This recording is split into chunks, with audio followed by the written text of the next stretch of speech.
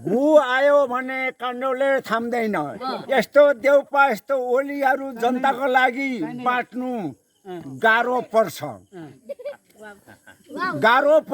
सोधिराखो बङ्गलादेशको कुनै मन्त्री भागेर कुनै राष्ट्रमा बास पाएको छैन, त्यस्तै यो कुकुरहरूलाई के भने खेदाउनु पर्छ हामीले। अनि हो दाजु, तपाईँ त बुढापाका मान्छे गाउँको, सुन्नु न।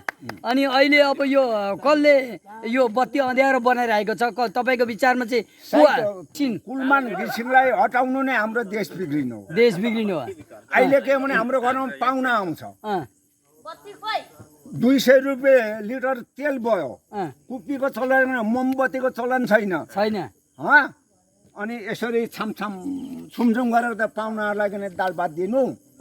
यो गोरु यो कुकुरहरूले पनि के नियम लिएको? कुलमा अन्त कस्तो थियो, अहिले हितेन्द्र यादव कस्तो छ तपाईँको विचारमा?